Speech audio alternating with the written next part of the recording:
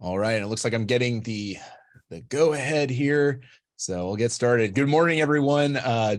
I'm Jeff Scala with the Florida Association of Counties. Thank you for joining us for another federal policy update. And of course, I am joined by Eryn Hurley from the National Association of Counties. Today, we are going to have another update.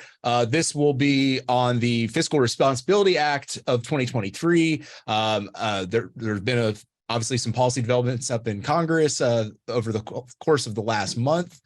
So I will kick it over to Eryn, but we will have questions and answers after her update. So if you have questions, put them down in the Q&A function in Zoom, and we'll get to those questions after. Thank you, Eryn. Take it away. Great. Well, thank you so much, Jeff, for the introduction, and good morning, everyone. I hope you all are doing well. Again, Eryn Hurley, Director of Government Affairs here at the National Association of Counties. So I am, as Jeff mentioned, I'm going to talk to you about the recently agreed upon and enacted debt deal. And then just a couple of other key items that NACo's been tracking. So with that, let's get into it. So first, we'll talk about some of the key highlights of the debt ceiling deal. So first and foremost, and I just want to make sure everyone's on the same page, is that the debt limit deal does not rescind the American Rescue Plan Act state and local fiscal recovery funds, which is that $65.1 billion that was, directly allocated to all the nation's counties. It also does not rescind the local assistance and tribal consistency dollars as well, which was also authorized under ARPA. Those were like the public lands dollars, but there were a handful of Florida counties that actually received that funding. That was that $1.5 billion pot of money that was that started getting allocated last September. So those funds are totally safe. It doesn't matter if your county hasn't fully obligated your state and local fiscal recovery funds yet. They are safe. So just want to make sure that everyone is on the same page of that. Besides the fact that this bill did not rescind those dollars, I've also met with a handful of general counsels for various appropriations committees, the Senate Finance Committee, around the definition of what obligation means, and that's at the federal level, not at the local level. So all in all, the ARPA dollars are safe, which is fantastic to say the least. In terms of budget caps for fiscal year 2024, the deal caps spending at $704 billion. And then for fiscal year 2025, there is a 1% increase. In terms of public assistance programs, there were some new administrative requirements and eligibility restrictions. But then on the other hand, there were also, it expands exemptions for those same federal public assistance programs. Another key county priority, which I'll get into detail about, is that it makes significant reforms to the federal permitting process, which is a huge win for counties. This is one that NACo was pushing for very, very hard leading up to the debt deal. It also makes cuts to the Internal Revenue Service budget increases that were enacted under the Inflation Reduction Act last August. And then it also reinstates the federal student loan payments that were defaulted, and the loans will restart August 29th of this year. So let's talk about some of the rescissions. I'm sure many of you are aware of this, but kind of the big areas where we saw rescissions were the Public Health and Social Services Emergency Fund, the highway infrastructure programs, and then aviation manufacturing jobs protection programs. So these three are the biggest, I will say. It's more towards transit and airport programs. So it's kind of more on the industry side rather than actually impacting counties. And then the rescissions that are below 150 million that really don't have that much of an actual impact felt at the local level. Is disaster loan programs, the Education Stabilization Fund, the Emergency Capital Investment Fund, and then from the Department of Treasury, that's the State Small Business Credit Initiative. I will say that I actually am planning to have a meeting with the General Counsel of the House Appropriations Committee either tomorrow or the beginning of next week. And she is a total pro at actually getting down into the weeds of exactly the dollar amounts that were being rescinded by the various federal agencies, because that was something that everyone is kind of still unsure about, because the information that was relayed in various tables, either from the White House or Congress, it was a tad bit confusing. So NACo is going to be able to put out additional information about what those exact rescissions are and those dollar amounts too. So in terms of permitting reform, like I said, huge win for counties. What the debt deal actually included is portions of what is called the Builder Act. NACo actually publicly endorsed this bill the last congressional session when it was introduced. And what it does is that it totally streamlines the permitting process that was authorized under the National Environmental Protection Act, also known as NEPA. And just so folks know, so NEPA was actually, this process was established back in like the 1970s. It really hasn't been reformed since then. Obviously, it's extremely outdated. A lot of the requirements that I'm sure that you all are very well aware with, but a lot of the red tape that was because of this NEPA process, it actually almost, it made county leaders actually forego some of like the really critical infrastructure projects that they wanted to do because of the current process to actually get these projects underway. So while the bill itself didn't include the full Builder Act, it did include some very significant portions. So as you can see on the screen, it limits the timeline for agencies to actually review a proposal to 2 years. So that's very significant. There was really no timeline associated with that. It also limits the number of pages for environmental impact statements and environmental assessments. It also makes sure that there's one lead agency that's actually reviewing that proposal rather than multiple.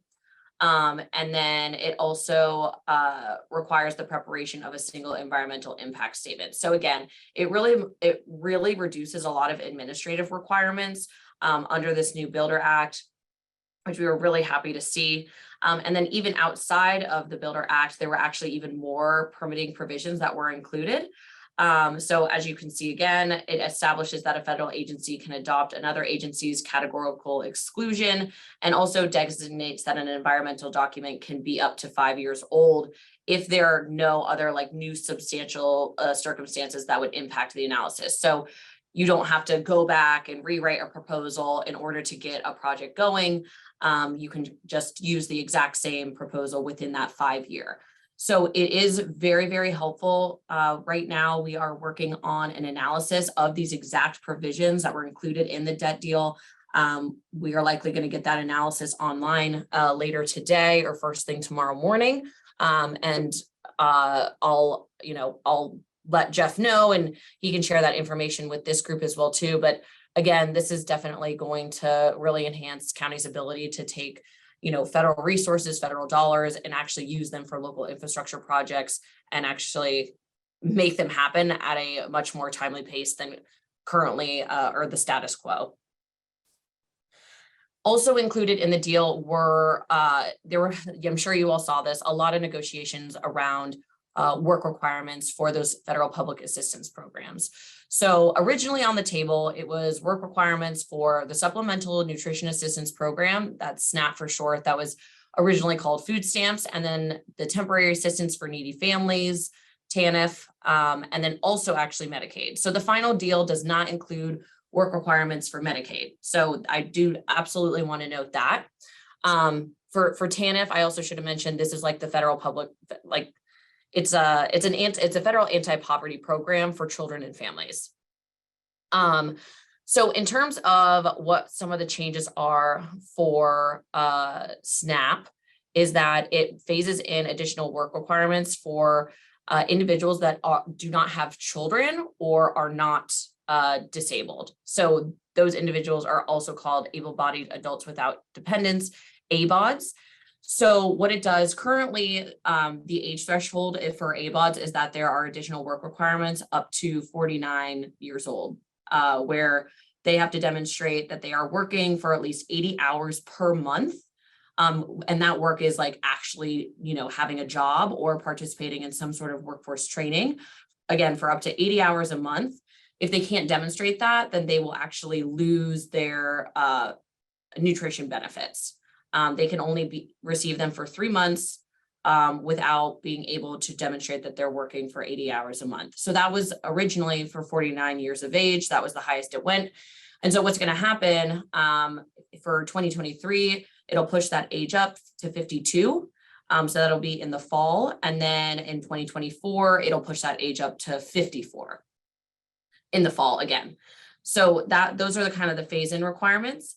And then also this is kind of on the other hand, right? So while on one hand that it implements additional work requirements for these individuals, ABODs, it also exempts a population that includes homeless individuals, veterans, and then youth aging out of foster care, which are the youth are 24 years and younger from those SNAP work requirements. So actually looking at how the nonpartisan Congressional Budget Office, CBO, they actually scored it would be an increase in SNAP with these new exemptions. So these two tied together though, these two new provisions included in the debt deal, these actually expire in 2030. So these are going to go away, very much so temporary. And then the changes to the Temporary Assistance for Needy Families program, which are permanent, what it does is that it overhauls the original TANF framework, moving the comparison year from 2005 to 2015. So what that means is that what states had to do is demonstrate that 50% of single parent homes that were involved in the TANF program were involved in work, and then 80% of two-parent homes as part of the TANF program also had to be involved in work. And then the state could actually they could reduce their percentage. So like that 50 and 80%, they could reduce that percentage if they could demonstrate that there were more families, individuals that were actually off of TANF. And so you could compare that, what your comparison was to 2005. So now what they're doing is that they're taking it, so you're comparing your 50 and 80% for those single and two-parent homes to the 2015 threshold. And so that threshold is actually much higher. So it's, states aren't going to be reducing their percentage threshold that they have to meet. So it will likely push some families off of the TANF program. And then the other key change is the option to lower work participation rate by contributing more state funding to TANF benefits. So what that means is, while that first bullet is that they're they're changing the comparison year, is that if a state does want to lower their threshold from that 50 or 80%, then they would have to actually take more of their money from the actual state's allocation and use the state money towards TANF benefits. And why this is so significant to counties is because there are 10 states that administer the SNAP and TANF, these federal public assistance programs. Florida is not one of them, but we did want to make you all aware of just obviously the overarching changes. I'm sure your constituents will be asking about it, so just wanted to make sure that folks were aware of that. And then I did just want to point out two other items that we NACo have been tracking and heavily involved in. So first is mental health. This has been a huge priority for NACo. Some of you may remember that NACo formally launched our Commission on Mental Health and Wellbeing back at the 2023 Legislative Conference. It's a group of 14 bipartisan county elected officials, but also mental health professionals. And so as the kind of charge of that commission, we're pushing many, many different federal policy priorities. But right now, there are two bills. There are two bipartisan bills that NACo has formally endorsed that we're really trying to get across the finish line. The Reentry Act, what this is that it will allow states to provide medical services that would be covered by Medicaid at the option of the state if they want to do this to pretrial detainees. So again, that's bipartisan. That's a huge priority. And then the second one is Due Process Continuity of Care Act. And what this does is that it would allow Medicaid services to provide or Medicaid to cover medical services for individuals 30 days prior to their release from jail back into the community. And then it also would allocate $50 million in funding to states that are trying to address the Medicaid inmate exclusion policy. And so these two bills really are trying to address that Medicaid inmate exclusion policy, which, if folks are not familiar with that topic, what it is when an individual is booked into jail, they lose their federal health benefits even before they're convicted of any sort of crime. And ultimately counties have to bear the cost of that. And then also, of course, it's very much so a humane side of things as well too. The fact that an individual cannot have access to their medication. So these are two bills that were very, very supportive, that we're meeting with congressional offices with pretty much on a daily basis to try to get these two passed. And then another kind of key update in the mental health space is that in the fiscal year omnibus bill that was passed back in December of 2022, that included a option to continue that would let states to continue to provide Medicaid coverage to juveniles, which juveniles are defined as 21 and under with pretrial status. So that we've seen many states actually are in the process of actually doing that, so that these juveniles will be able to continue to receive their medical services, medication, and so on when they're under that pretrial status. Another key item that also happened is that the Department of Health and Human Services, they approved what they call 1115 waivers that connect incarcerated individuals with community-based Medicaid providers 90 days before their release. So California has already adopted these waivers, and then there are actually 14 other states that are currently pending to get approval for these waivers. So California is in the process of actually implementing that. Realistically, they don't think that they'll be able to do it for another year, but that's all to say that what's interesting about these waivers and those two bills that I mentioned, they would do exactly what these waivers are doing, but the waivers are just they're pretty much temporary. So since they were an executive order and under the Biden administration, they enacted these waivers, right? It was by executive order. If there's a new administration after the 2024 election, they could simply rescind the waivers. So that's why it's so significant to pass reentry and due process, because that would be permanent rather than this temporary fix with these waivers as well.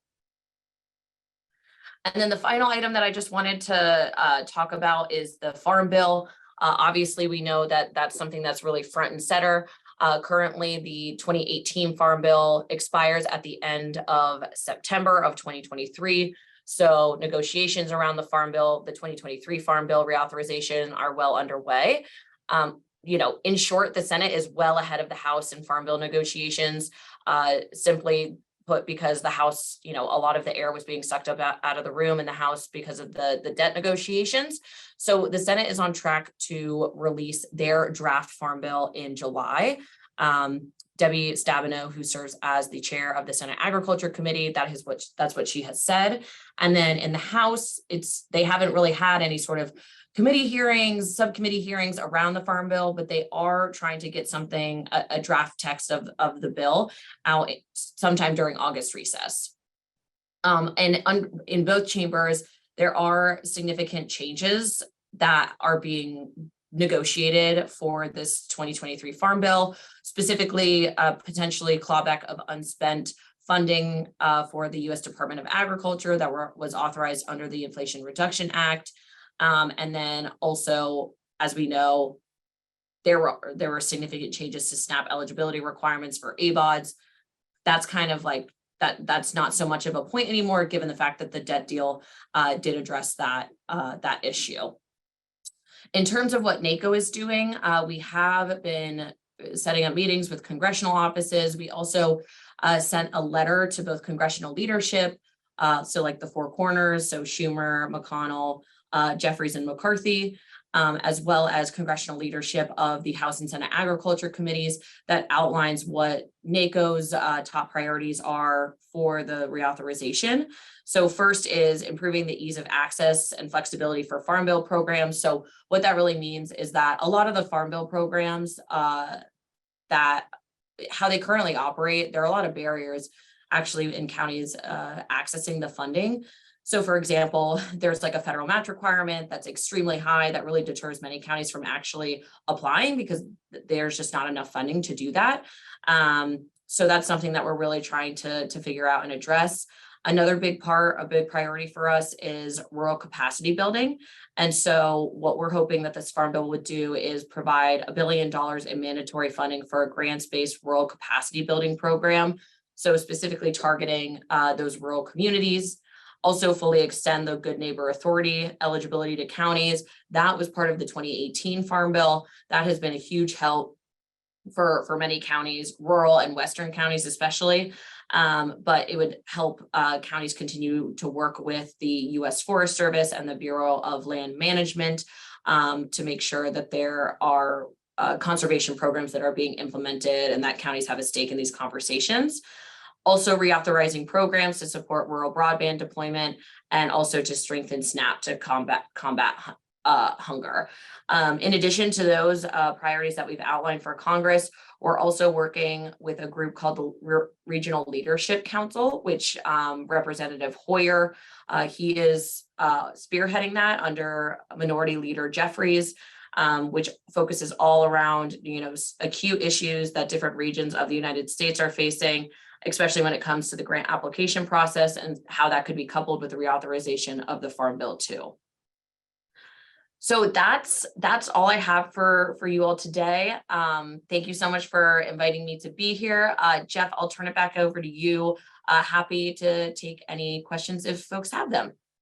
Great. And thank you so much, Eryn, for that update. And I know folks have been tracking that the state and local fiscal recovery fund rescission issue a lot. So we're really fortunate for that. That's something that the Florida Association of County Federal Committee had in their program. So just another reminder, use that Q&A function. This is your chance. If you have additional questions here for Eryn, I'll be monitoring that here for the next minute, see if anything comes in. And also thank you for that update on it was the Reentry Act.